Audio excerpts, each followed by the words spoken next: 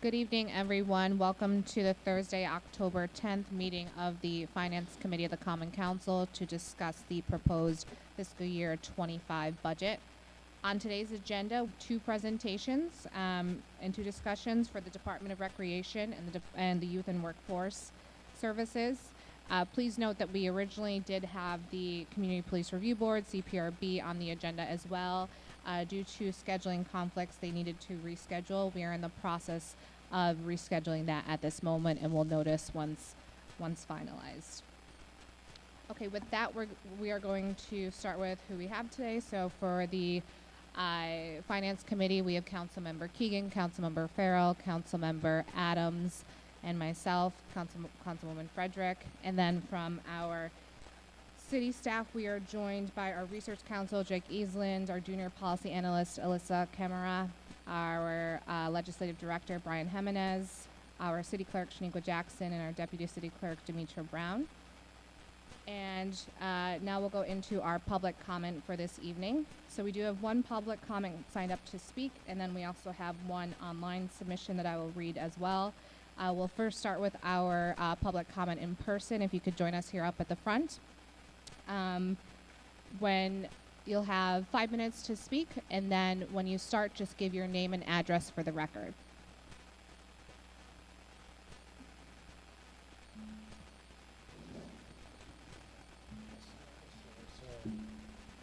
Okay, my name is El Shaddai Van Hosen, 73 North Pearl Street. I'm just here. I came in a couple weeks ago to talk about revamping Bleecker Stadium. And since then, I took the video that I filmed with Councilman Adams and Johnson, and the video from the whole thing, and I put it out to the community. And the response I got was very, very encouraging of how the community's been reaching out to me in support of this idea. I was able to talk to some DCS workers, and they were talking about how it needs to be revitalized and how they want to see more energy put into it. I was able to talk to Albany Pop Warner Youth Coordinator, and he was able to give me some ideas of things that could be done at the Bleecker Stadium. For example, he said they need 2 concession stands. They don't have power, so they're currently using generators to power their concession stands. They said they need to update the scoreboard. The audio and speakers extremely out of date. And then the box needs updating as well.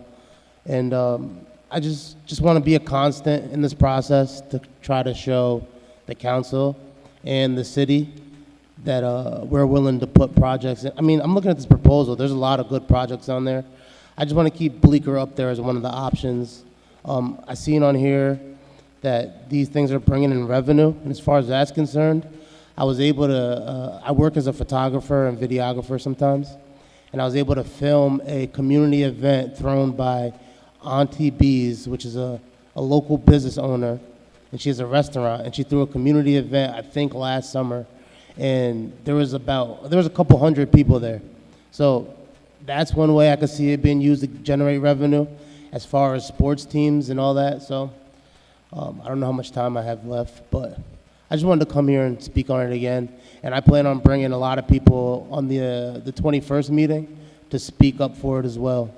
And this budget looks really good, but hopefully we can get it in the next one, Bleecker Stadium revamp.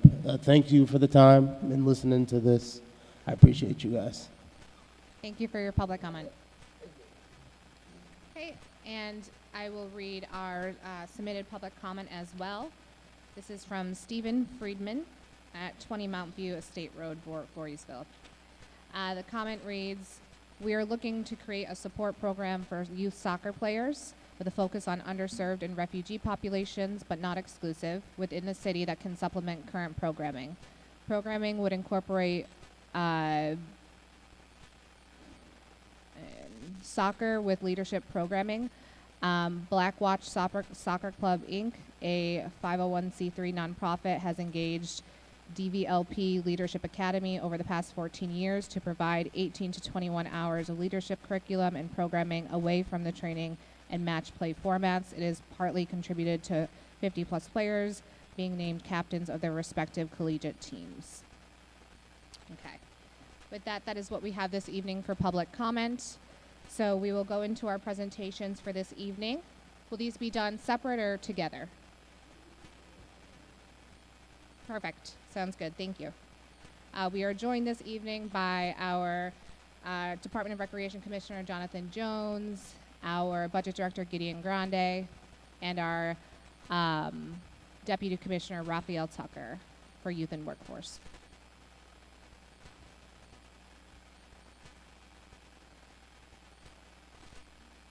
Okay, good evening, everyone.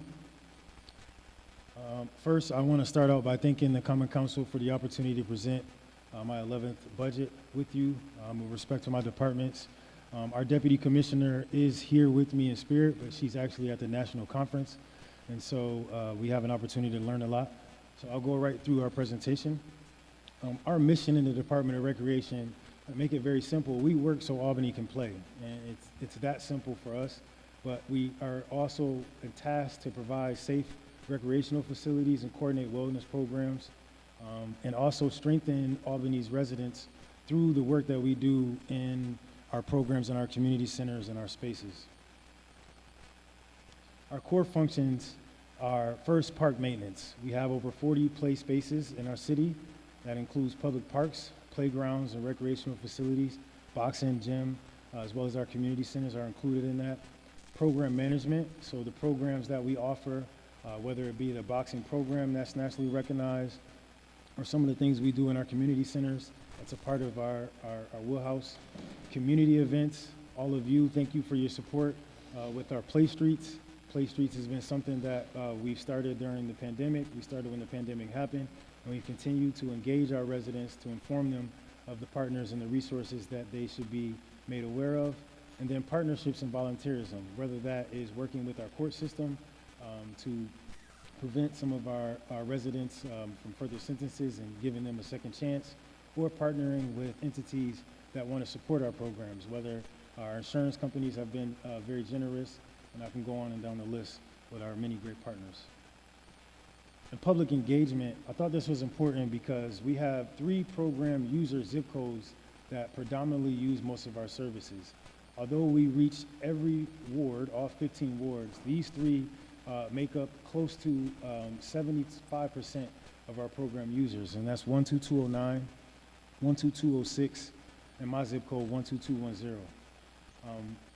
Often we talk about recreation, we think about physical sports, but we're moving into a generation now where a lot of our young people want to participate in esports.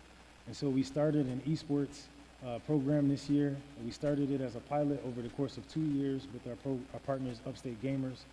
And we had a camp this year, and we worked with, Bryan and Stratton. And Bryan and Stratton led this through their esports club.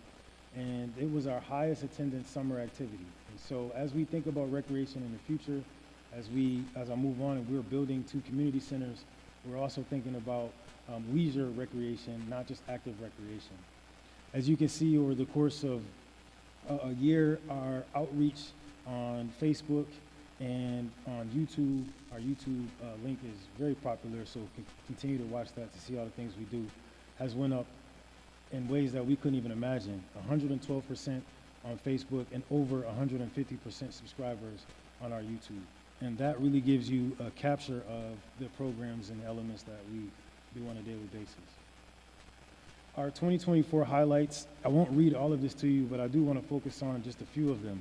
First, we continue to hold free summer activities for young people 6 to 13, free activities. And we offer a breakfast and a lunch, as well as some of the traditional sports, and even expose our young people to other sports that they don't typically participate in. This year, we working more closely with our rugby league, for example. We held our Healthy Aging Fair. We continued that. I think we're in our 9th year coming up this year, and that's for our senior population. Play Streets, which all of you on the dais have been, great supporters of and participants of. We've continued that, as well as our teen nights on Fridays. Oftentimes we hear from our young people they need a place close to the end of the weekend to just feel good about themselves and engage as young people.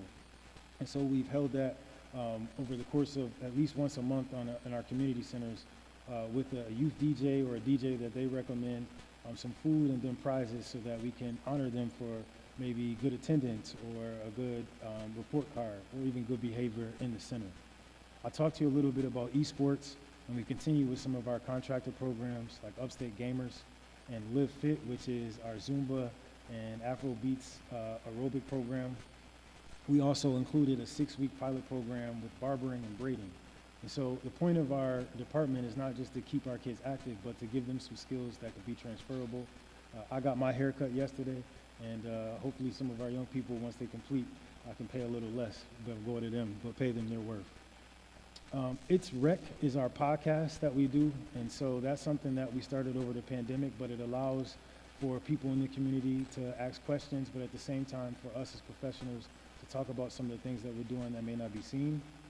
And then the last thing, which I'm very happy about, we continue to collaborate on back-to-school events. This is something that a lot of organizations do, but we're not just giving you a book bag with notebooks in it. We're providing hygiene, personal hygiene, because that is something that we constantly see. So we partner with Whitney Young to do toothbrush and toothpaste, as well as brushes and other things that parents will need for their young people. In our operating budget, you see that we have added 6 positions, and these 6 positions are focused primarily on our operations. You'll see in our C-Click Fix, our recreation, we need to do a better job of maintaining our park spaces to meet the user need. We've done a good job of building up all of our recreational spaces, and now, because they're being used more, we have to pay more attention to them.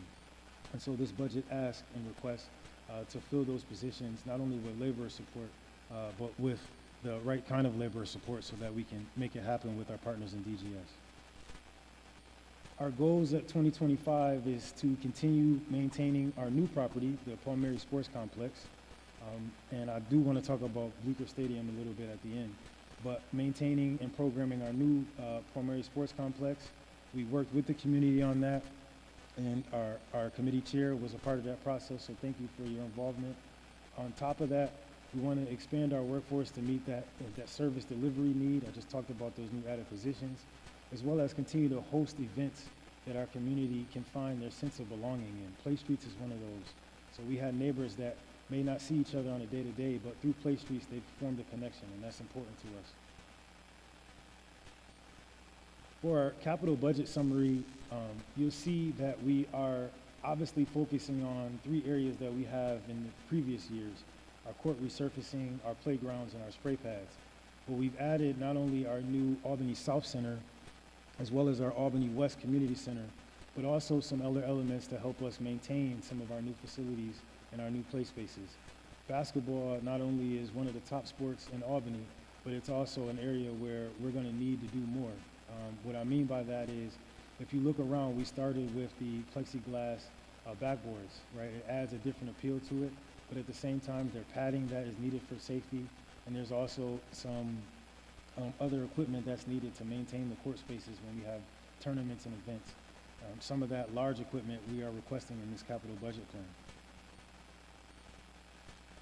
With respect to our typical capital budget plan, we want to add automatic switches to our spray pads.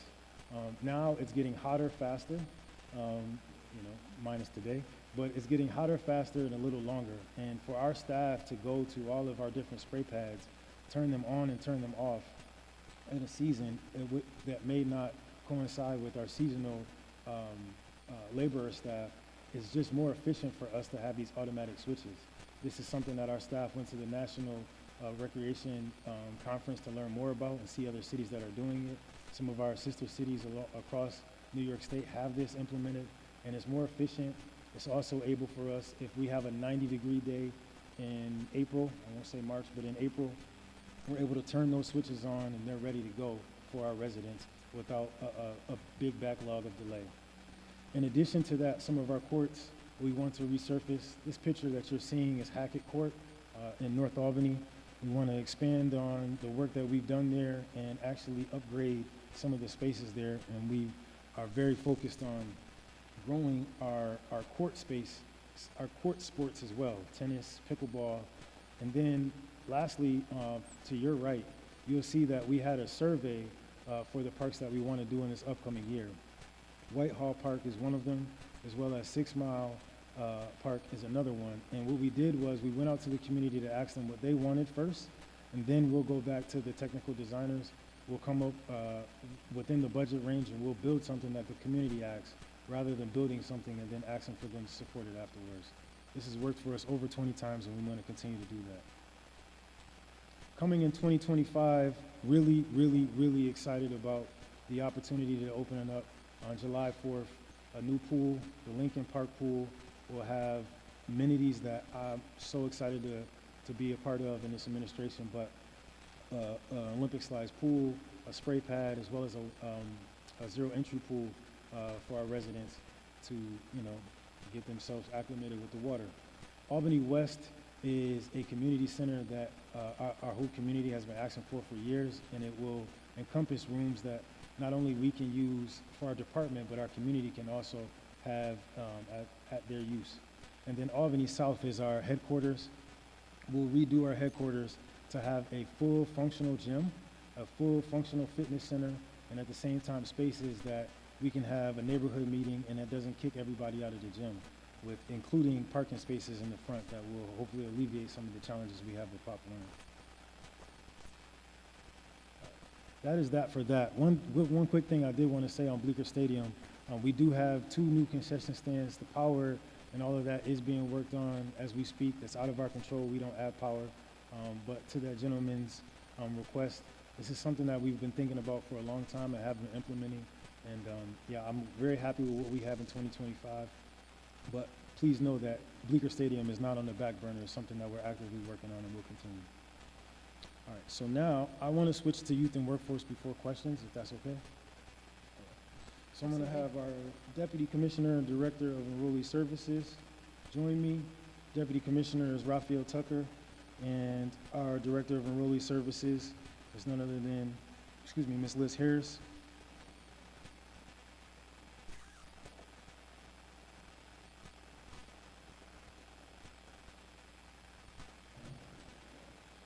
So I'll start with our mission. Our mission is very simple. Our job is to use federal dollars basically to connect our constituents to, I'm gonna get out the way in 1 second, then they're gonna join here, trust me. Our mission is just to connect job seekers to the employment of today, whether that is employment of the future. We've been talking a lot about AI jobs as well as the offshore wind opportunities, but at the same time use these federal dollars to upskill or skill our constituency. Our core functions are as laid out. We offer a career employment plan, and so when you come into our office, it's not just, hey, this is the job list that's out. We help you with a plan and developing a plan. So maybe you want to start out as a CNA, but your ultimate goal is to be a doctor. You can come into our department and understand the transition steps to do that. Financial literacy and wealth building information, these are what we do with partners. So for example, we'll use the Treasury Department's curriculum to do that, and many of you saw we were able to use that over the course of our summer with our Summer Youth Employment Program. Education Skill Training Roadmap, these are industry credentials, micro-credentials that can be held for some of our residents. If they don't have the opportunity to go to college for a full semester, they can take short classes on weekends and take tours that will help them understand that. Personal goals, a lot of times people come in with the want to get a job, but there's some other soft skill things that they need to work on beforehand, and we try to help them with that. And then the last thing is those supportive services. If we can't help you, we like to give you a warm handoff to another organization who is better fitted to do so. And then lastly, this is our organization, but it's more of a flow chart, and it helps you understand when someone comes in, they're not going to see the mayor. They may see me, may not see me, and they may see the deputy commissioner, or they may not. But they may see our staff, and when they see our staff, they will see this is what you're going to meet with. These are the people you're going to meet with. So we have employment training specialists who can help you with the ins and outs of getting the job. We have specialized tasks, specialized professionals that help our young people with tasks that they need to accomplish to get their first start.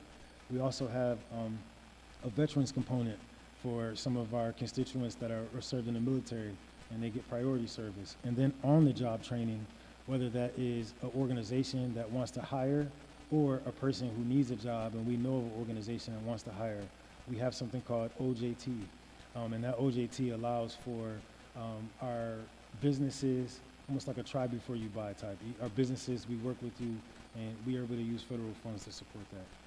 Now I'm going to turn this over to Ms. Harris, and she'll go through the rest. Good afternoon. Good evening. Our workforce caseload year to date, this is from January 1st to September 31st. We've seen approximately 1,400 individuals for unique appointments. 795 of those appointments were scheduled, and we have 575 walk-ins.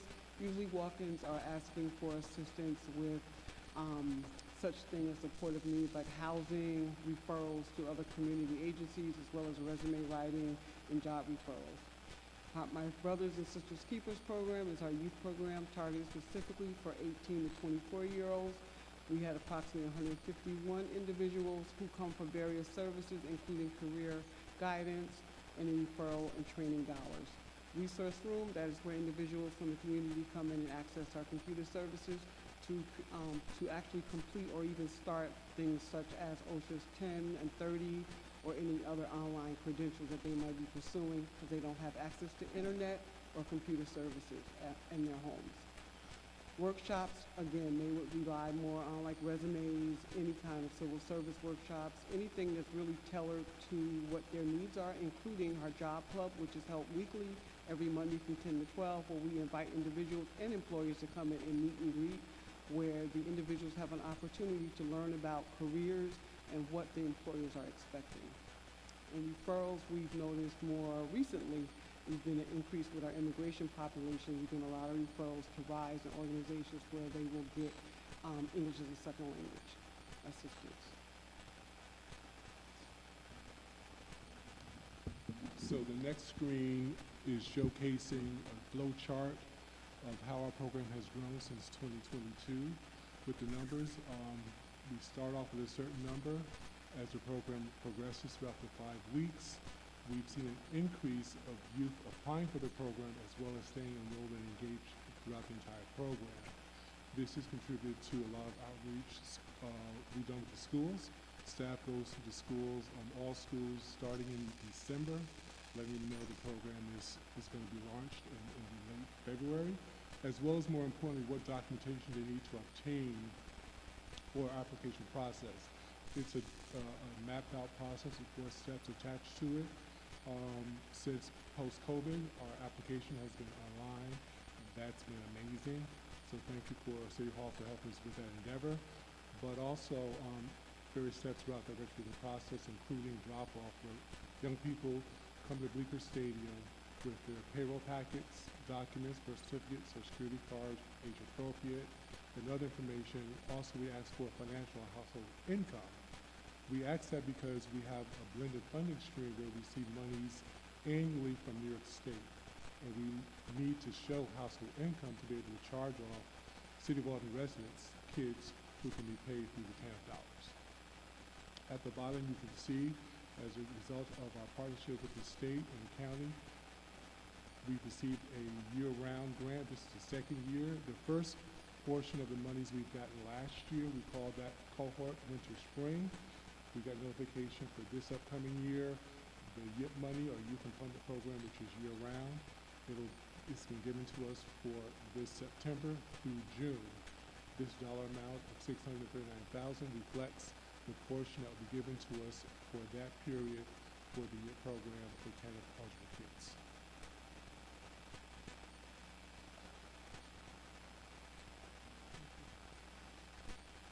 At this point, we're going to feature our success stories. Mr. Morris is one of our, I want to call him like he's part of our family. He's been with us for about 5 years. And I point that out because we've discovered that success is not a linear process. Often, individuals such as Anthony come in with one thing, and they just become part of the family as they progress. We're kind of like their private cheerleaders. We're really happy for Mr. Morris. He successfully completed his vocational training and passed his NICLEX, which is for the LPN, so he is now a licensed practical LPN. He actually just obtained employment about 2 weeks ago for Collar City Nursing and Rehabilitation Center. And his favorite quote, "Success is the sum of small efforts repeated day in and day out," by Robert Collier. The next individual we're highlighting today is Mr. Devon Matten. He is especially, we want to point him out because it seems to be a trend. A lot of these young individuals are now trending to the point where they're becoming caretakers and supporters of their families. This individual, he's a graduate from Albany High, class of 2024. He is in her on-the-job training program with Savannah Boat Building Company. He is studying to be a skilled boat builder and restoration specialist, and he says this means a lot to him because it's helping him support his single mother and his brother. And one of the other collaborative partnerships that we are featuring today is our partnership with Healthy Capital District Alliance. They're an organization that gives second chances to individuals who have suffered or struggled with substance abuse. They recently graduated 18 participants utilizing our computer room. They all obtained certified peer recovery advocate training, and now they're working on the certification. They will again continue to utilize our services with their job search in addition to the other services we offer in our department. We'll turn next to the Offshore Wind Program featuring our My Sisters and Brothers Keepers program. This is a partnership that we have with Capital Region BOCES that we are exposing individuals, young adults, to emerging careers in demand. These individuals had an opportunity to participate in 300 hours of electrical, 300 hours of building trades or welding, which was equivalent to 500 hours. So these are two of our proud graduates, Mr. Mikhail Travis and Josiah Richards.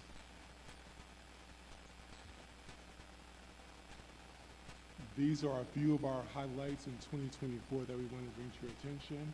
Again, we've hosted over 600 young people in the city of Albany in our Summer Light program, as well as we partner with other entities in the community. So through our funding stream, WIOA, we've partnered with 2 agencies in the area, giving out $125,000 to 2 community partners to provide in-school and out-of-school programming. Those 2 recipients are SEAT, the SEAT agency, and the Learn Tech Teach program.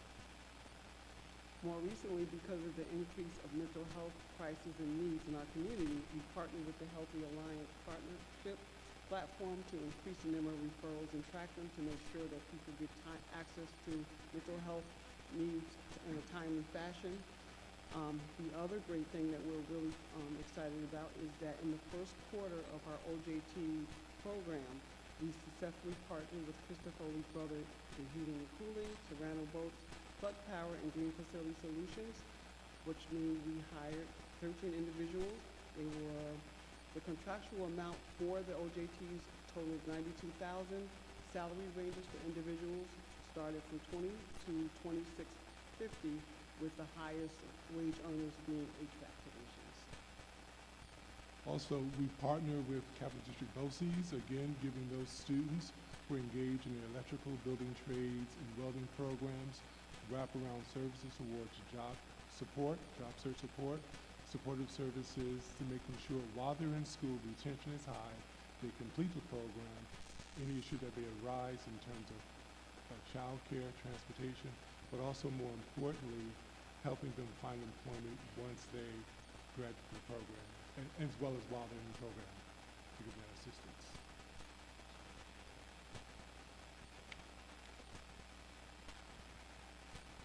This is our operating budget summary.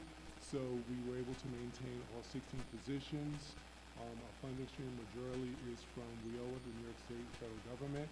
And pretty much we don't have any capital gains for this upcoming year. A lot of our contracted service monies are for consultants, some of it for SYEP, some of it due to our veterans grant to provide veteran services. We hired specialized individuals. The current person is a veteran. He's been in the military for 29 years, so he knows the in and outs of the program and the federal government to make sure customers who come into our office as a veteran receive the proper services they need. For 2025, our goals are to continually grow our on-the-job training program.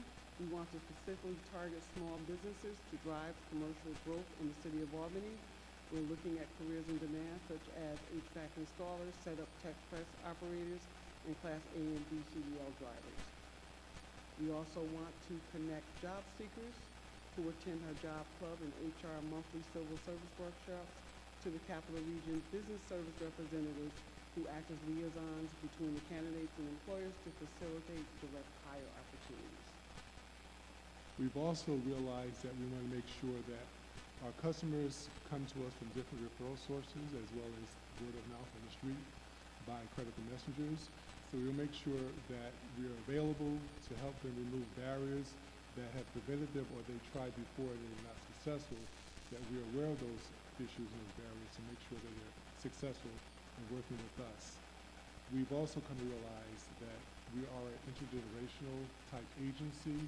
For example, our young person may be involved in our SYP program, their older sibling may be a part of the MBSK program, as well as their parents may come in for ITA, tuition assistance, and becoming a job seeker. So we're mindful of that, and we actually recruit from that standpoint as well. And lastly, we're definitely collaborating with more partners, making sure that we're reaching out to high schools. We've been a part of Albany High School with the job fairs in the past, and we'll continue to do so in the future for all youth, adults, and also, more importantly, returning citizens.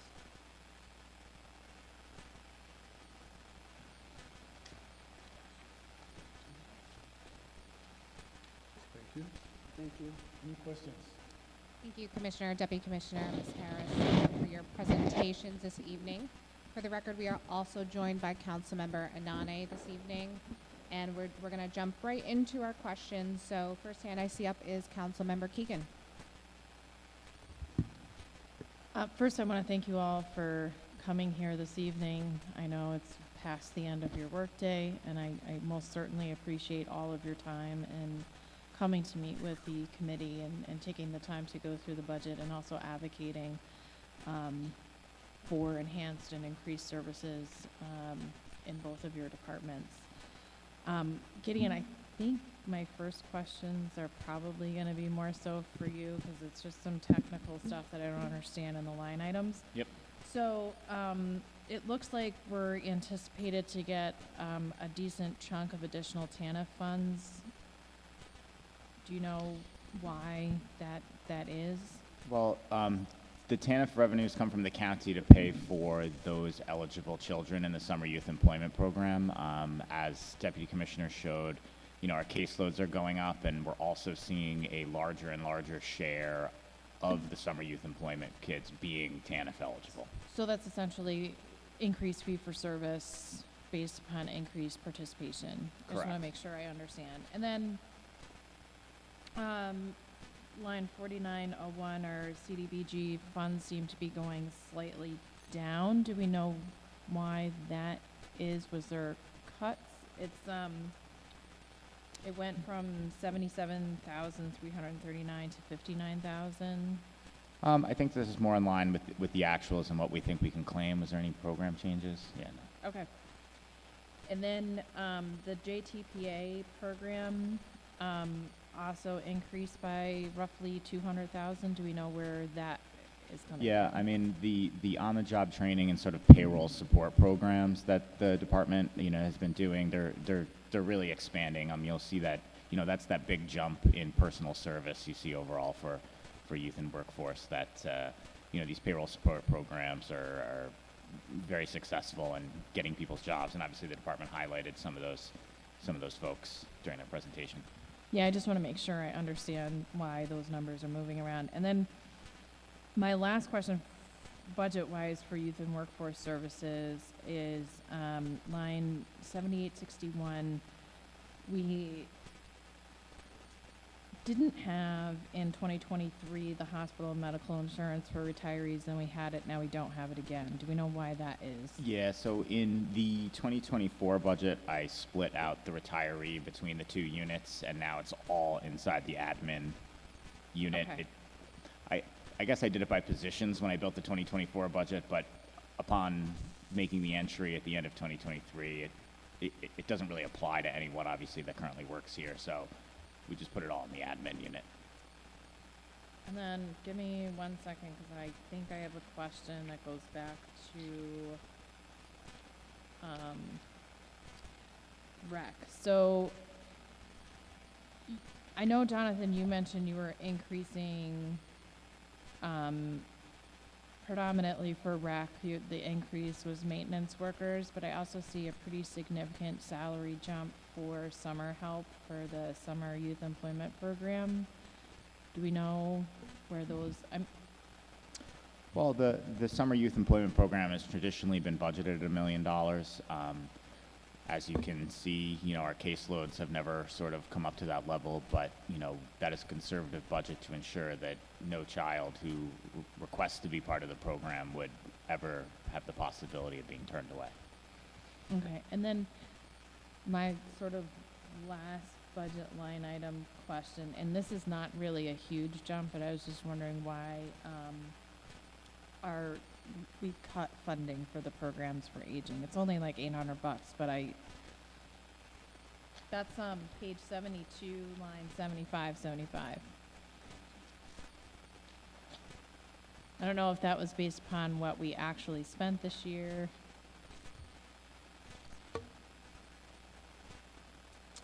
Oh, well, I'll have to look further into that. I think we just put that in as a Okay. placeholder there for those programs.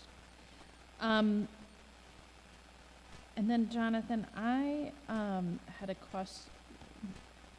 One of the things I'm interested in knowing, so you did the braiding and barbering program is under rec, not under workforce, correct? How popular was that launch?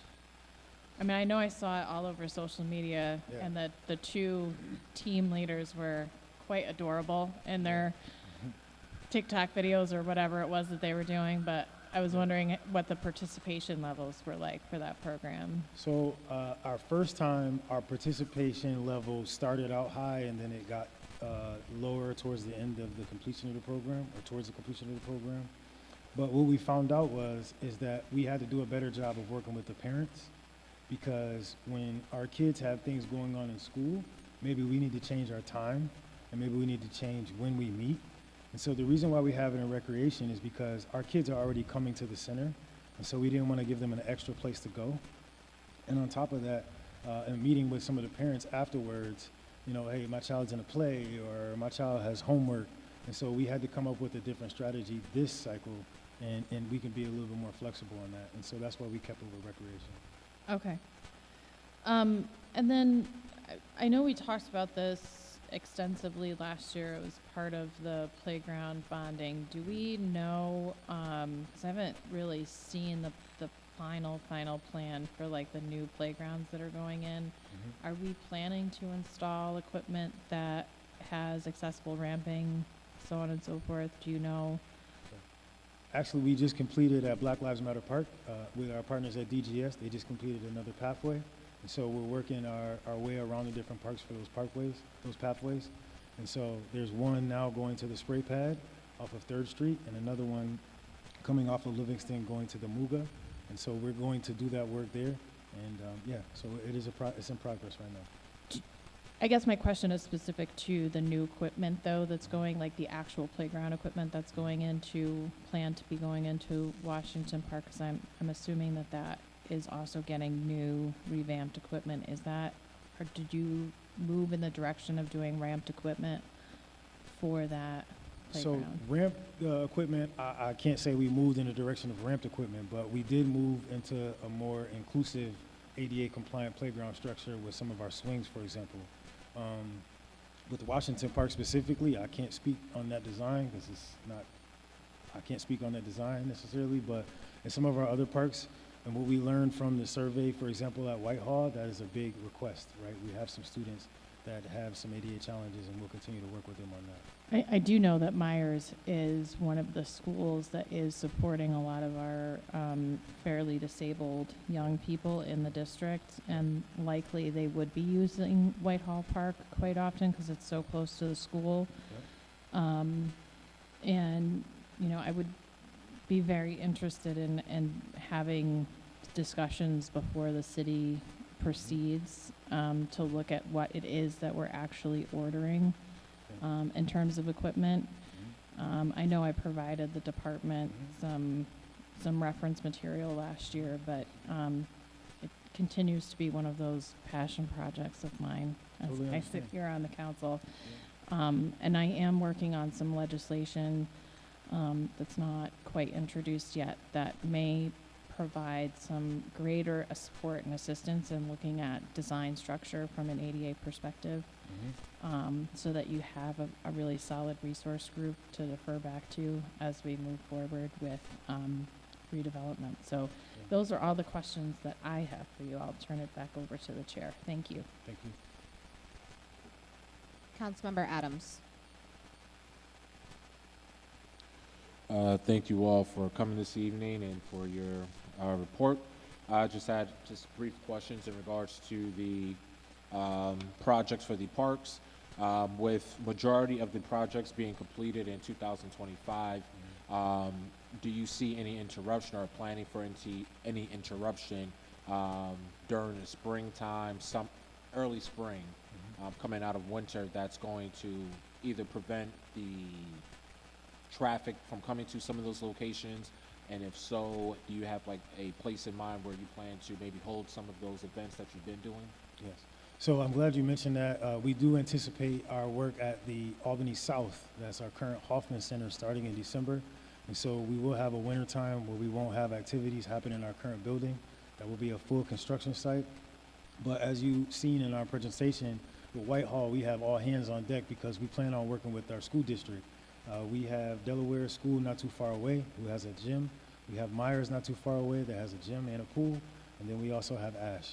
And if we can work in those three areas along with our partners in the charter school system, I think we will have enough space in order to keep our youth engaged.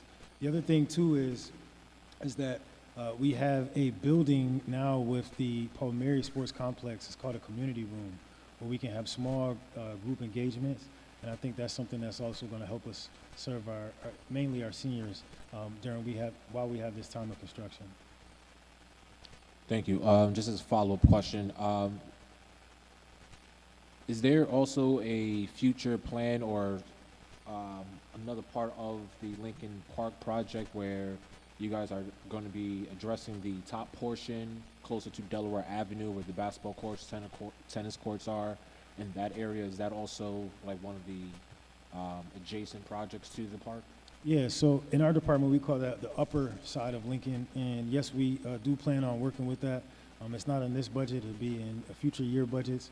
And we're also working with the congressman who has put in an application to help us with some of our wayfinding and our entry structure there. So that work is to be coming in future budgets.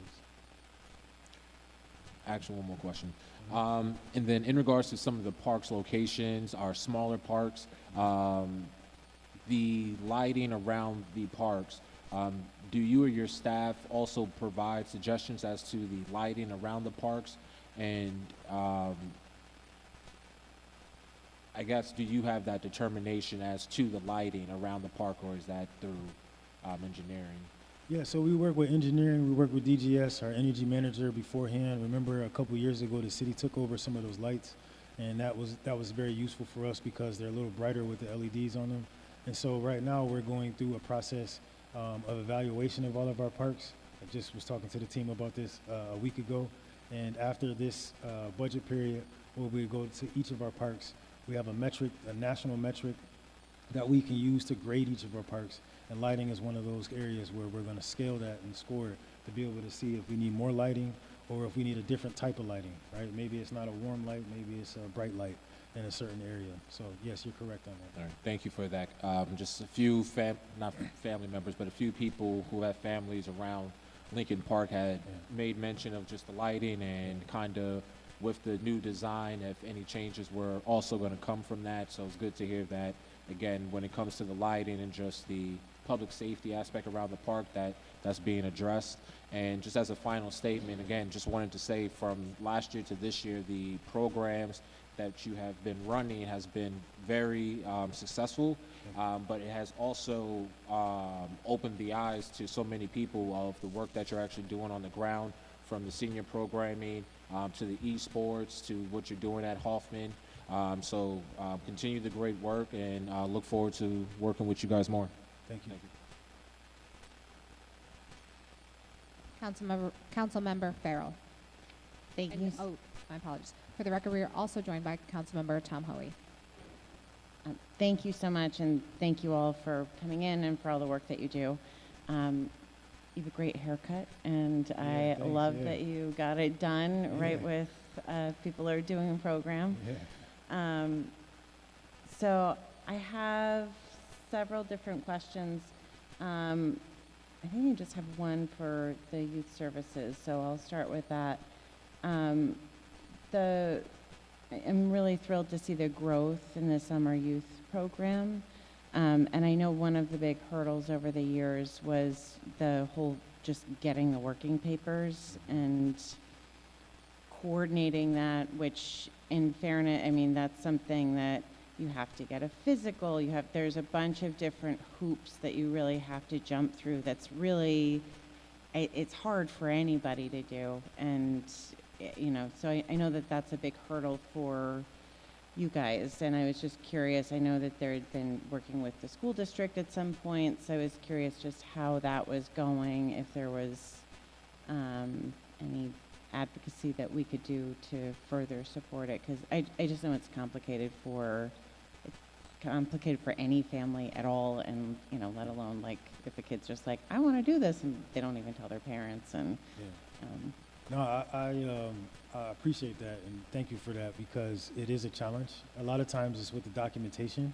A lot of our constituents move from place to place, and that documents don't necessarily move with them.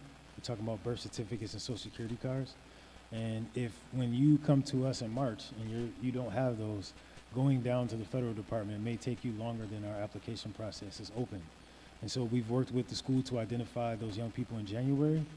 Coach Joey DiPiazza has been the biggest advocate we can have at the school district, as well as our new superintendent, who, as soon as he hit the ground running, we had a meeting and he understood some of our challenges. And now I think that we're in a really good position with that, especially our immigrant population. They have that extra support because there's another document that they have to complete, and they're able to do it, and not only do that, but also sign up for direct deposit. And our biggest point is to sign up for the New York State retirement system. This is something that Gideon and we worked on together last year. We went to classes and we talked to kids about, hey, we're in the New York State retirement system. I won't say how many years he got, but I got almost 20 years in the New York State retirement system. And, to have that leg up and to have a pension is something that all of us need to be thinking about. And our young people are doing that at a high rate.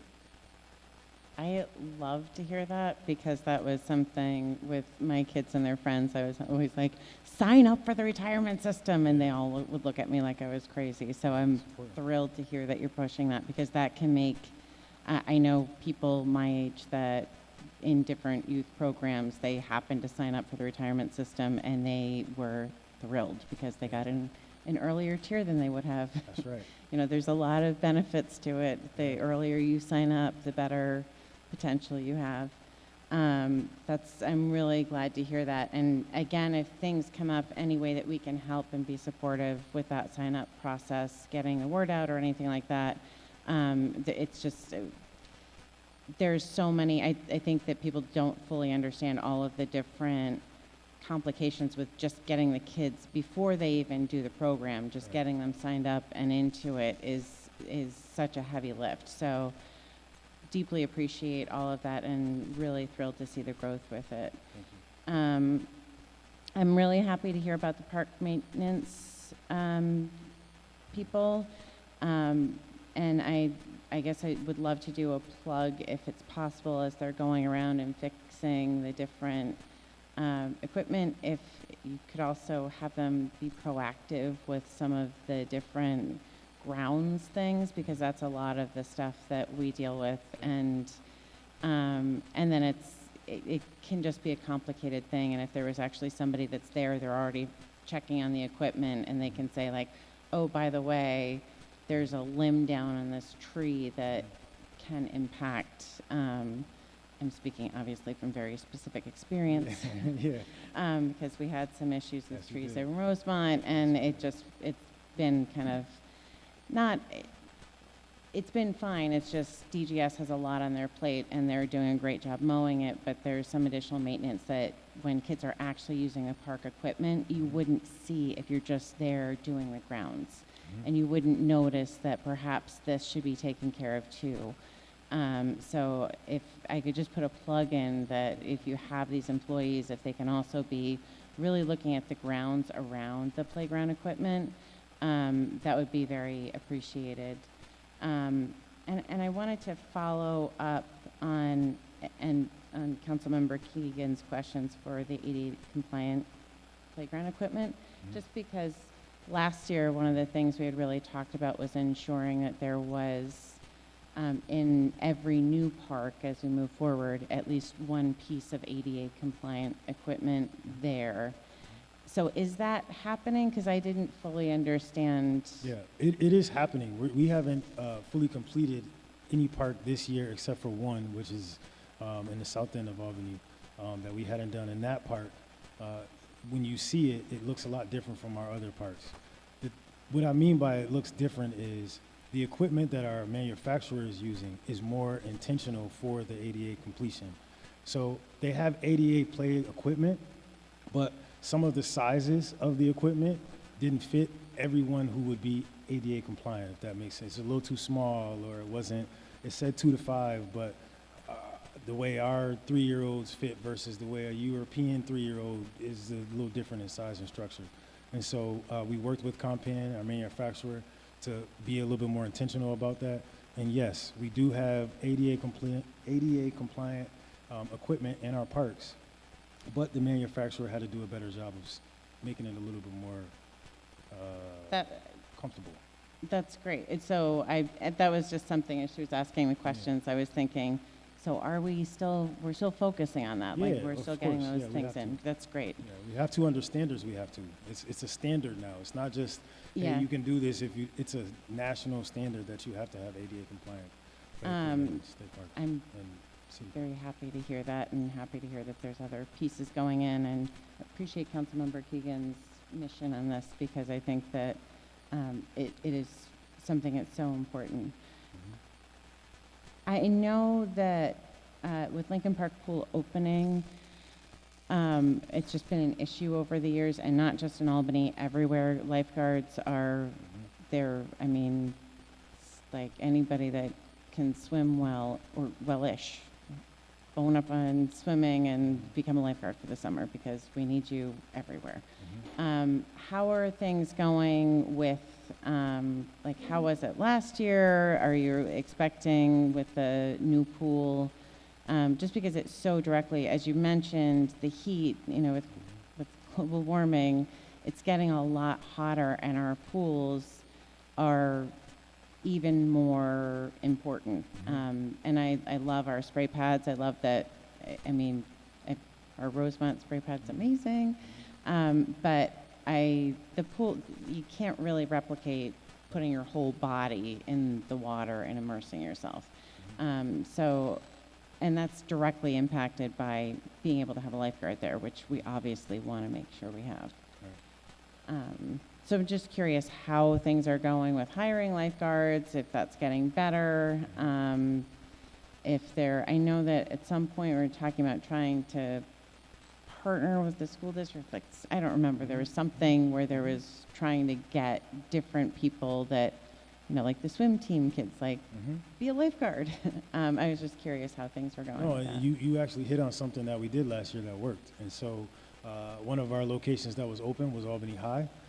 And what we did is we used not only the swim team members, but we also used some of the young people that the swim team hung out with to be a part of our lifeguards. Now, lifeguards are challenging. I do want to thank the governor for the New York Swims application. We did put an application in, not only to compensate them, but at the same time, the reason why it's challenging is because our lifeguards, before they come work with us, have to be certified. And that's a $400 price tag. A lot of our 16, 17-year-olds don't have $400 to put to a certification. And so we put an application in to sponsor their certification if they work for us in the city of Albany. But at the same time, we're going to use the cohort of young people, as we're seeing an increase in the Summer Youth Employment Program in January, to then promote those lifeguard jobs. They pay more than our Summer Youth Employment Program. They're fun, and they're outside. And our kids love to be outside, they love to have fun, and so hopefully we can pay them more, and we can create a pipeline of young people that are lifeguards, not only for the city of Albany, but at the same time, get more interest in water aquatics in general. We have to teach our young people how to swim, because we spend a lot of time potential saves, too close to a save, because they don't know how to swim. And hopefully through this grant, if we're able to win it, and then at the same time with the new attraction, I think we won't have a problem with finding workers. I think the challenge is going to be, do we have people that can then teach our young people how to swim? And that's going to be one of our primary goals this summer. That's really fantastic to hear. When my kids were young, there was a Red Cross program at Lincoln Yes, Park there's a Red Pool Cross that program, yes. we went to for years, and was fantastic. And I will say, not that there's a ton of people listening to this right now or watching from home, but if you are a young person or you have a kid, it's a great summer job. As you said, you're paid well, and it is something they truly enjoy. My daughter has been a lifeguard for years, and it's, you know, she's in college now and still keeps coming back to lifeguard along with another cohort. That's right. That, so it's definitely something that they make good money, but they also, they have fun, and they do take it seriously, so Yeah. keep swimming. I have a question in the, on page 70 in the Recreation Department revenues. I will say, like, usually Councilmember Keegan catches all of my questions with a difference, but the field facility use revenue, 2025, went up dramatically, and I was curious about that, and it's kind of a twofold question, because we have had issues in the past with field rentals, and I will say I'm thrilled for all of the revenue that we bring into the city. So if we can bring revenue in, I'm so happy about it. But I do want to make sure that we are prioritizing different Albany programs, and there have been issues in the past where we've rented a field and then we haven't been able to provide access for different groups. So it's like a two-part question with that, I guess. Well, I think, first of all, yes, that's the anticipated revenue from Palmieri increasing. You know, you'll see in the operations budget, you know, it's going to cost us maybe $500,000 to $600,000 additional a year to operate and maintain that facility. You know, we think that we can recover maybe $225,000, $250,000 from that. So no, this is not an operation that we anticipate to make money. No park makes money. But as you mentioned, you know, we do want to recover at least some of the additional costs we're going to incur. As far as the programming, I know the commissioner and deputy commissioner were working on a whole new plan. You know, they've done some research modeling off of other cities on, you know, a fee structure and some software to make sure that, you know, Albany residents get sort of priority over outside, I'll use the word commercial groups. Okay, so that is really just Palmieri that is increasing that number. Great. And then, just a side note, I was seeing, and it might still be there, I haven't been looking at my social media as much, but there's a lot more social media, and I just think that's great, especially with rec and with youth force development, and I certainly would support in the future having, because I think it's just such a great way to engage, especially young people. I would certainly support, you know, if in the future at some point we could have a position that focused more on social media there. I think it could be a huge benefit for attracting people and also highlighting all of the different things that are happening in the city. And encouraging people to really utilize our parks and things like that. They do, but there's a lot of hidden gems that I think people don't always realize that are there. So that's it. Thank you so much. Thank you. A couple questions from my front. So just circling back to the topic of the Plumery Sports Complex. As the councilwoman that represents the area, I just want to maybe go into that just a little bit deeper. So we obviously have additional fees, given that this is now turf fields, stadium lights that are above and beyond probably the fields that you have managed thus far. So that's why the costs are rising up. But at this time with the rental, I do want to echo the sentiment of Councilmember Farrell that obviously, this Commissioner Jones as well, that I think that, we do need to prioritize the community as much as we can in this effort. I know we've had conversations with many community members that wanted to utilize the field. So can you speak to where we are with any form of rental agreement for the fields? Yeah, currently we have Sage College that is a paid user of the field. We have Albany Soccer Club that is not a paid member that is using the field. We also have Gathiel Field that is used by Albany Pop Warner as an extra space.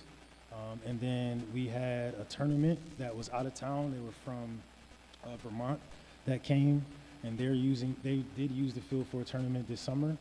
Other than that, we've had just community activities. We had a play streets at Palmieri Sports Complex, and then we'll have one-off. Maybe there's a over 50 league that plays there, and they pay. So the way we look at it is, if you are serving young people in the city of Albany, specifically in the city of Albany, we're not going to charge you for serving our young people. That's just not going to happen. If you are a pay-for-play service, you're going to pay the rate. We haven't changed the rates from what the College of St. Rose operated, and so they're still the current rates from the previous years. But as our budget director just mentioned, we've looked at a model that not only will add revenue to our budget, but at the same time not be so cost prohibitive that people don't want to use the space. The Palmieri Sports Complex is like nothing we have in the city of Albany. Not only do we not have turf anywhere else, but we don't have a field with that type of irrigation system or that level of grass. And so in order to maintain it and keep it up, there's another level of expertise that we're going to need to support. And our hope is just to recover costs with that from our outside users and not put that stress on the backs of our community that are already paying constituent taxes. Thank you for that. I think that was a helpful deep dive into where we are. Just follow up to that. So with Sage being the primary renter of the space right now, what percentage usage roughly? Like we talk about like total percentage use. How much is Sage using of that potential time that could be allocated with the fields? I could give you a definitive answer maybe tomorrow, but a rough estimate is, so they're using it for 2 of their teams, not 4, right? And so they're using it for baseball and softball, but their lacrosse team is not playing there. And so the turf and their soccer team is not playing there. So the turf is more readily available for our community than the other 2 aspects of the park. But Gathiel Field is just grass, right, in the middle of the 2 spaces. And so, I mean, rough estimate, maybe 30% of what we would typically have. Now, they're using it for the fall sports as well as in their in-season and the spring sports. And so there's 2 seasons that outdoors that we will have them being there, which is a benefit to us. But at the same time, it's not being overrun. It's not being overpopulated. It's at a space right now that with our current workforce, we can manage it. And with this new budget, we'll have even more staff to be able to take care of it. And then with the contractor support, that'll help us a great deal. Thank you. That's great to hear. I think it's going in the right direction. There has been historical concerns about not being open to the community, so great to hear the model that you're putting in place. On the topic of a lot of great things happening, I will say, in the First Ward area. And the whole city, but particularly 2025, I know we have a lot of great things happening. I'm excited to see improvements to Whitehall Park. That's been definitely on the docket for a long time of needs for the particular population and school, obviously there with Ash that uses it. The one thing, and I know they did a lot of survey responses. I know that there's a big push to get those in with their needs as well. The one thing I do want to bring up is that the largest issue I'm seeing with Whitehall, outside of the outdated equipment, is the ability to use the park due to the wetness of the grass and the field around. As stated by Ash, their students could probably use the park you know, a handful of days throughout the year without having to go and get the kids all dirty from the wetness. So the only thing I'm saying here is I do hope as we go through this that we have a collaborative process with DGS and water to help solve the issue because with new equipment at the park, obviously I would want more people to use it, but to travel to use it is ultimately the large issue that we're seeing. Yeah, I agree with you 100%, and this is why we need the school district to be not only a partner at the table, but a financial partner. This is going to take a big dollar figure to fix this.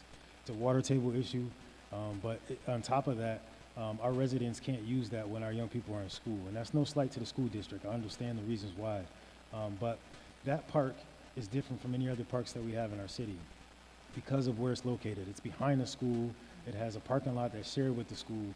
And so we're going to work with the school district. They've been willing partners since day one. And we're going to work with them not only at the table to figure out how we design it, but at the same time to put the dollars associated that we're going to need to fix it correctly one time with them. And I look forward to having that conversation. Now the survey is closed. We'll have our survey results out the first Monday at the end of the month. I think that's the 28th of October. And you're right, we had 150 responses. I got calls from my friends' kids and their friends and all of that, and so I'm really excited about that. But that park is very unique, and I hope with our budget and theirs put together, we'll be able to fix this one time and do it right. Absolutely. Thank you. And then as it relates to Albany South, great to hear that there's a plan in place to partner with the local schools to help bring the programming, because obviously we're going to have a portion of our 2025 year where it's unusable. So happy to hear that in your presentation today. The one thing I do want to say is I'm noticing that, and I live around the corner, right? So I am always going by, but we do have a larger immigrant population. And I do notice almost on a daily basis that they are using the tennis and the basketball courts to play soccer. Yes. So I don't know if there's any consideration around how to potentially I wouldn't ever want to see the basketball courts or the tennis courts removed, but how potentially to provide a better space for them to use so they don't have to use existing space that should be for another sport. Yeah, I'm glad you mentioned that because that was a discussion that I had with some of the members of the community. And when we build Albany South, we'll have a gym that they can have a space inside year-round that when the time serves, they can have an hour and they can play inside rather than taking away tennis or taking away basketball. And so it's just a timing thing right now. They were very accommodating to understand, hey, we have tennis programs here through 15 Love, or our kids are about to have an instruction. And so we just got to work with them on the time. But once we build that facility, it'll have enough capacity to not only fit them, but at the same time not displace anyone else. That's great. Thank you. And then my final question is related to the Summer Youth Employment Program. So just a couple questions on the slide with, I don't have the slide numbers, but the slide showing the trends from 2022 to 2024.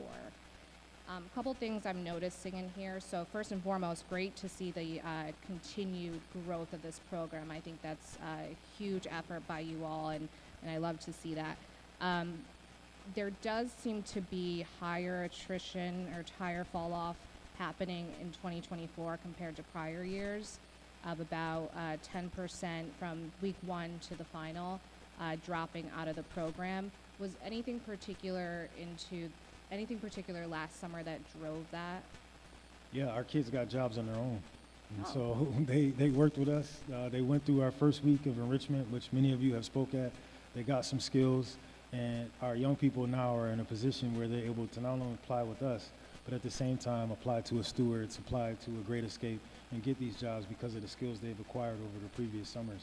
And so a lot of our 16, 17, 18-year-olds are getting jobs at the mall or getting jobs outside of our program, and that's why you've seen that, including vacations. That's a great outcome. Yeah, that's something to be proud about for sure. Absolutely, great work. And then the other thing I'm noticing here is in 2022 and 2023, there was a trend where in like week 2, you saw a rise happen compared to the week 1, Yeah. and then in 2024, that's not happening. Right. Is that because the enhanced push for the paperwork in advance, that maybe that changed the trend pattern? No, it was a better collaboration with our school district, and so we understood summer school, Okay. right? Our first week is usually the week that summer school begins, and it's enrichment week. And we push that our young people go to summer school first rather than come to enrichment. We want them to do both, but at the end of the day, some of our young people really need to be in school more than they need to sit in front of me. Mm-hmm. Okay. Understood. All right. Thank you very much. Do we have additional questions from council members? Council member Anani, Hoey, and then Keegan.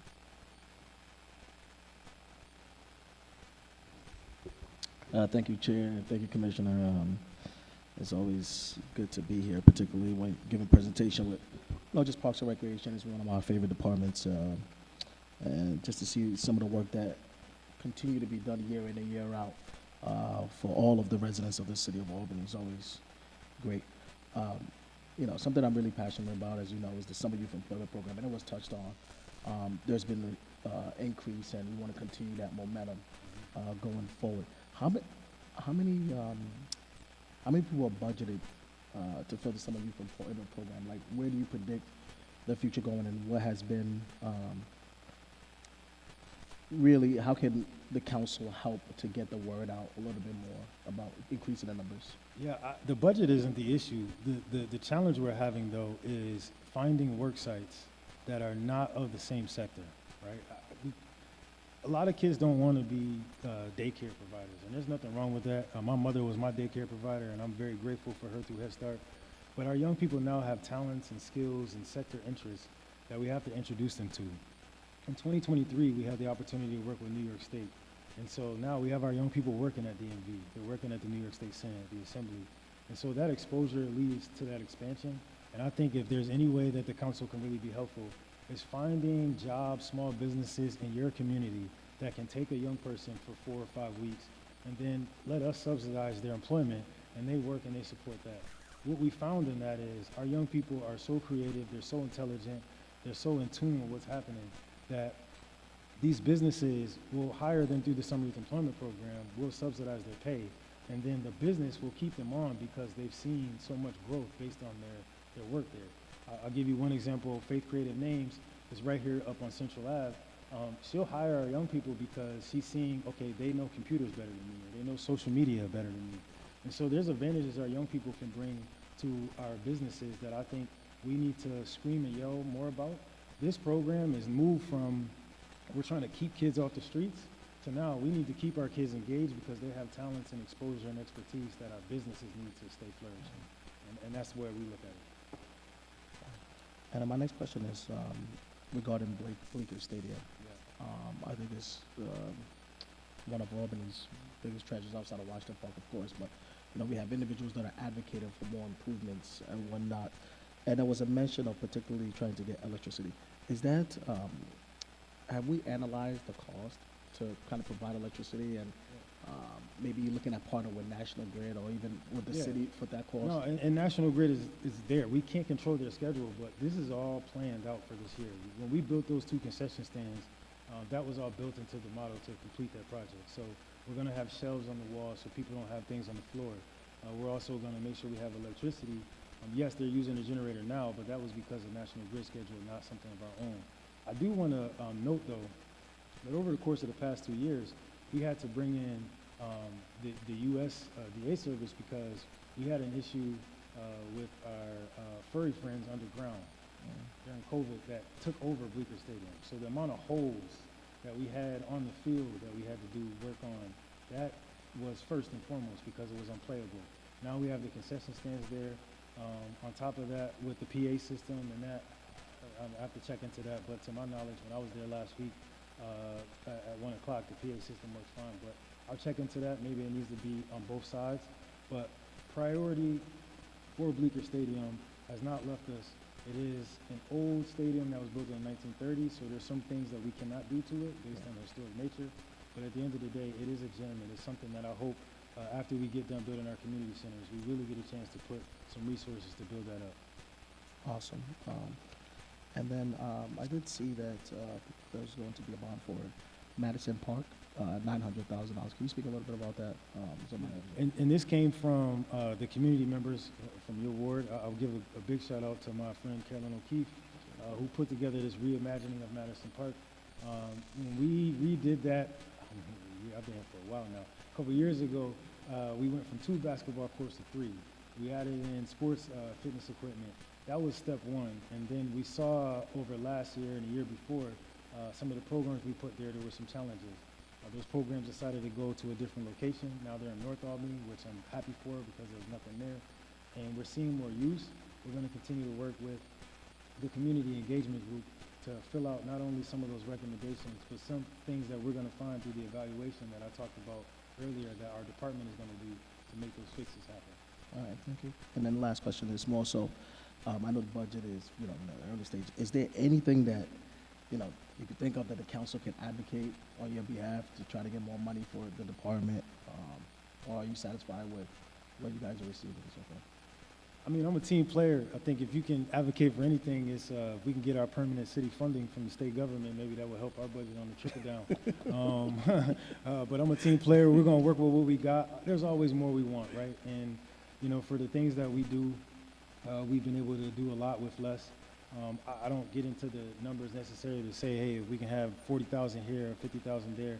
Gideon has done a good job of working with our department to find ways that we can stretch every dollar to $1.50.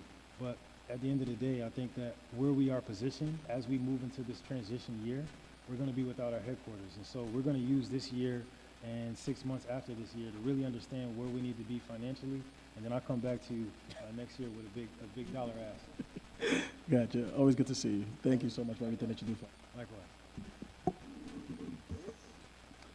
Thank you, Chair, and thank you, Commissioner, and your staff, and our Budget Director. Jonathan, I want to start off with, you made an elderly gentleman in my ward very, very happy. Yeah. And you know it. He Yes, sent I do. an email. Putting splash pads in Luanello Park, also known as Sunset Park, is something he's been working on almost 20 years. Yes, sir. And this, I can't thank you enough. And the younger, we're having a lot more younger children move into the neighborhood, so this is going to make a big difference for us, especially with global warming and things heating up. I do have a question for you, though. What's the most popular sport in the world right now? Soccer. Thank you. So we're going to talk about soccer. By the way, Albany won tonight. I was at the game, that's why I'm a little bit late. 1-0 against Averill Park. We we got blown out against Columbia on Tuesday night, and one of my colleagues actually works for Columbia. I'm going to have to tell him to tell those guys to slow down. So I had asked, a gentleman, Steve Freeman, reached out to me about 5 or 6 weeks ago. And he is the high school for CBA. He's the soccer coach at CBA. He also runs Black Watch up here, which is a very popular club and very expensive club. And I know because I signed my son up, and it's like 10 times the cost of the Albany Soccer Club, the yearly fees. And one of the reasons is, and I just want to talk about that with the Albany Soccer Club, because my son played for them many years. It's a $300, I think, yearly rate. It might be $350 or $4 now, because it's been a number of years. We can't hire professional coaches. I ended up coaching 1 year, actually 2 years, U10, and then was an assistant coach. And I knew if my son, who really loves soccer, wanted to play, I would have to pay for it, to a club where they actually hire coaches, and the quality of play, you can see the difference. But what Steve wanted to do, and reached out to me because he knows I'm on the council, is to give back to the city. He said, I can give you my services. He really wants to work with inner city youth, because we have a lot of talent here that we'll never see because they're not getting the training that they really need. So I did write to David Gallen, and it was just crickets. nothing came back. So I kind of dropped off because I'm doing a lot of other stuff going on in the council. But Steve reached out to me again yesterday, and they said, you got to get, you know, you need to come in and talk, but he has a game tonight. So I know he did read a letter. I don't know what we could do, but he's offering to help out, you know, and his program, because we talked briefly about it, it's not only just teaching them to play soccer, but if we have a talented child, to help them, you know, if they're having trouble in school, maybe help tutor. It'd be like an all-encompassing way to get kids to help them advance. So I'd really, I know it's kind of late in the budget season, and I wish I would have pursued a little bit more with David earlier in the, you know, this process, but I didn't. So I just wanted to put that, you know, bug in your ear about this program. Yeah, Steve and I talked, yeah. Yeah, we've worked together before. okay, great. And I know he wanted to rent Pulmonary Field exactly. for the Blackwatch team, but this would be a little bit different, but he needs help from the city, whether we can do whatever we can do, and maybe we need to go out and try to get grants or donations, but I think it'd be a great program because of that. Parks, I want to go back to Lewinella Park because the topic came up. When my son started at Eagle Point, he got into soccer when he was 4 years old, 5 years old, and there's no facility there at Lewinella Park. And the kids used to play out in the field, you know, they crossed the street from the school, and they kind of put paper on the fence, and that was their goal. So Frank Camiso had reached out to the PTA, and my wife was the president or vice president at the time, and said, what can we do? And she said, they don't have soccer nets. So Frank Camiso did put in a grant some years ago, maybe about 7 or 8 years ago, to get soccer nets. But one of the things I want to make sure, because I know the nets got damaged, at one time the city, you know, DGS or whoever, would come and take the nets in the wintertime. And that happened the first 2 years, and it didn't. But we really need to, you know, keep up with that. They're still used. The Albany Youth Soccer, which is kind of a feeder to the Albany Soccer Club, they use it for the younger kids to practice. So it is being used.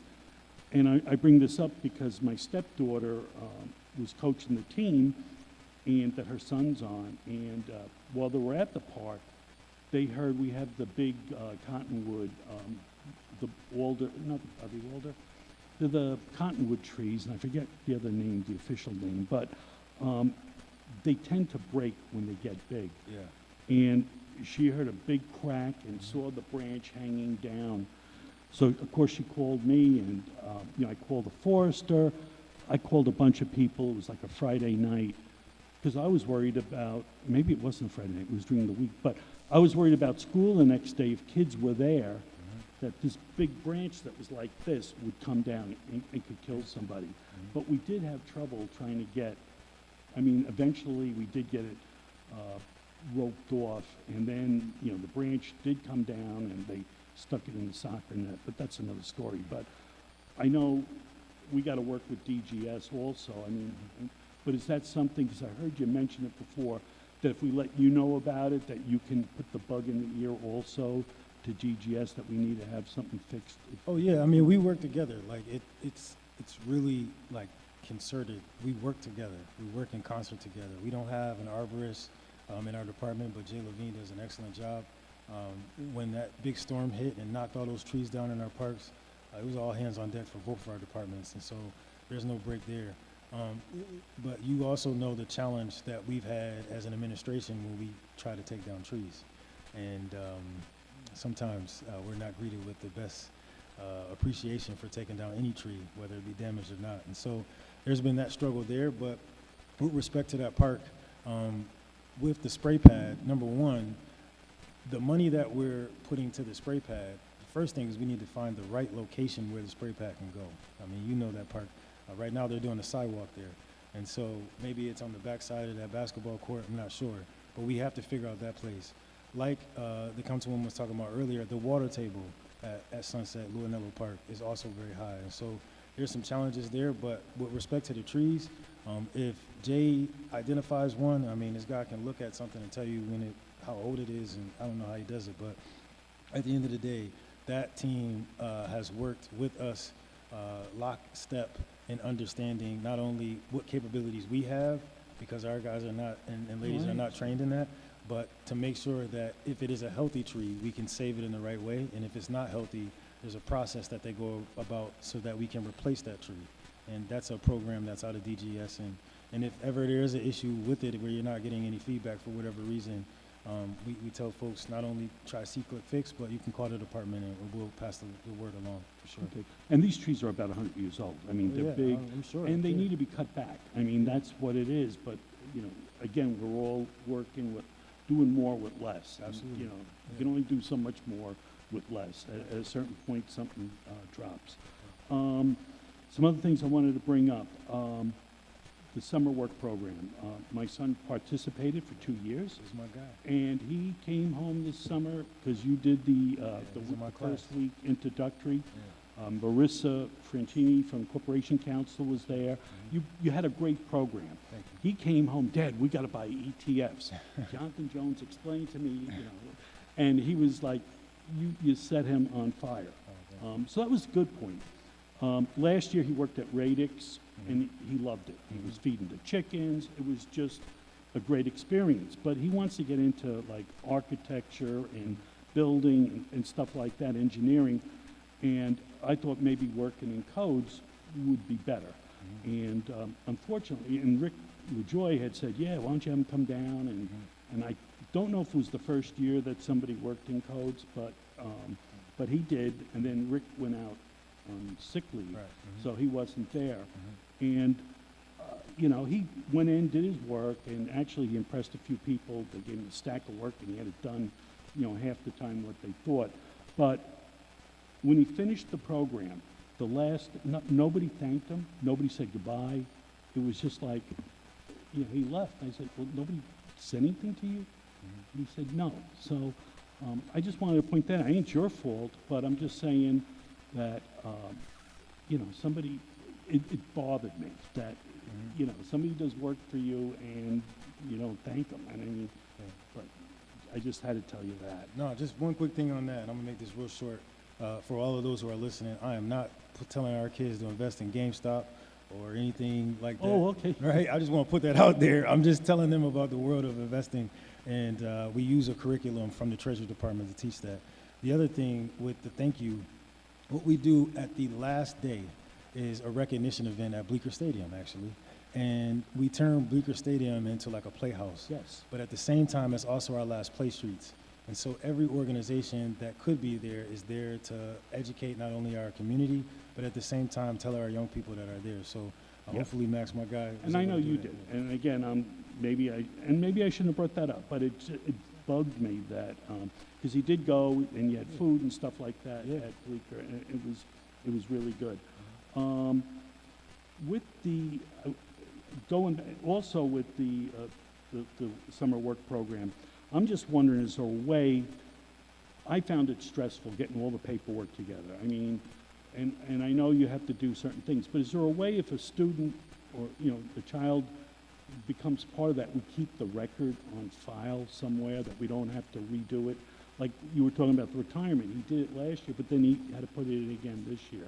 Yeah. Is there some way we can, and I don't know, that's something you might want to look So at. we keep some information, but we have to give them back their working cards so that they can Yes, get another job. absolutely. Right? And then some of the other sensitive information, we keep it, but at the same time, we keep a copy. A lot of our young people move so much that we have to do the application every year just to verify, number one, that they Sure. are TANF eligible every year, because those stipulations change, 200% poverty threshold. And then on top of it, that we can keep a track of a record where they're at, so that when we're doing placement, we can try to keep them located to or close to their house. So we ask for that every year, just for that, accuracy. Okay, and one of the things, I also thought maybe, does the high school or the school district help you guys, process the kids? Or if somebody can't find a birth certificate, point them where they can go to get a birth certificate, and stuff like that. Is that something that we work with the school Yeah, district yeah, on? we work with the school district. We actually have sign-up days in Albany High. That's where a large part of our kids come from. And we do work with the school district on that. Okay. And I guess I guess that's it, but thank you again. Oh, no, I'll leave it at that. Thank you. Have Thank a you. great night. Councilmember Keegan? Hi, thank you. I hope this is going to be super quick. The one thing I forgot to ask about that I've heard a lot of grumblings about, and it's in relation to Lincoln Park, but where are we with the redo of the bowl? I know the original intention was to have fields that could be multi-use, so cricket, soccer, rugby was sort of the plan for down there. And my understanding is that there are some concerns about drainage for those fields. So I was just wondering what the timeline is, because I think people are seeing, oh, well, there's grass there, and the city's just going to leave it the way it is, and it sucks. No, we're not going to leave And it like that. I wanted to make sure I had like full information Yeah. when I'm engaging with folks going forward. Yeah, so if you remember when we did that project, and big shout out and thank you to the water department for supporting that. They did one side of the bowl, and then they did another side of the bowl. In between those two sides, there's a divot. And so we have to make up that divot space. That's the first thing. Second, that grass didn't grow. It's really good grass, Kentucky bluegrass. And so it's gonna take a while to mature. We don't wanna put down lines or anything permanently yet until that grass matures. And so our hope is by this spring, we'll be able to, at least on the east side, be able to have that ready, and we can scale that side out. And then a year after, or maybe sooner, based on the weather, we'll be able to do the other side and complete. It'll be level, complete across, and that's our hope. Okay.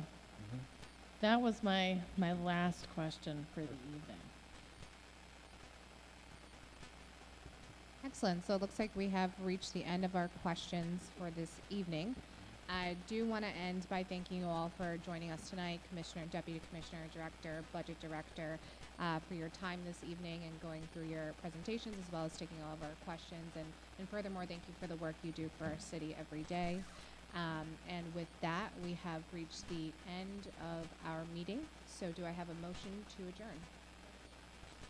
Motion to adjourn from Councilmember Adams and second from Councilmember Keegan. All those in favor? Aye. All right. Thank you, everyone. Have a good rest of your night.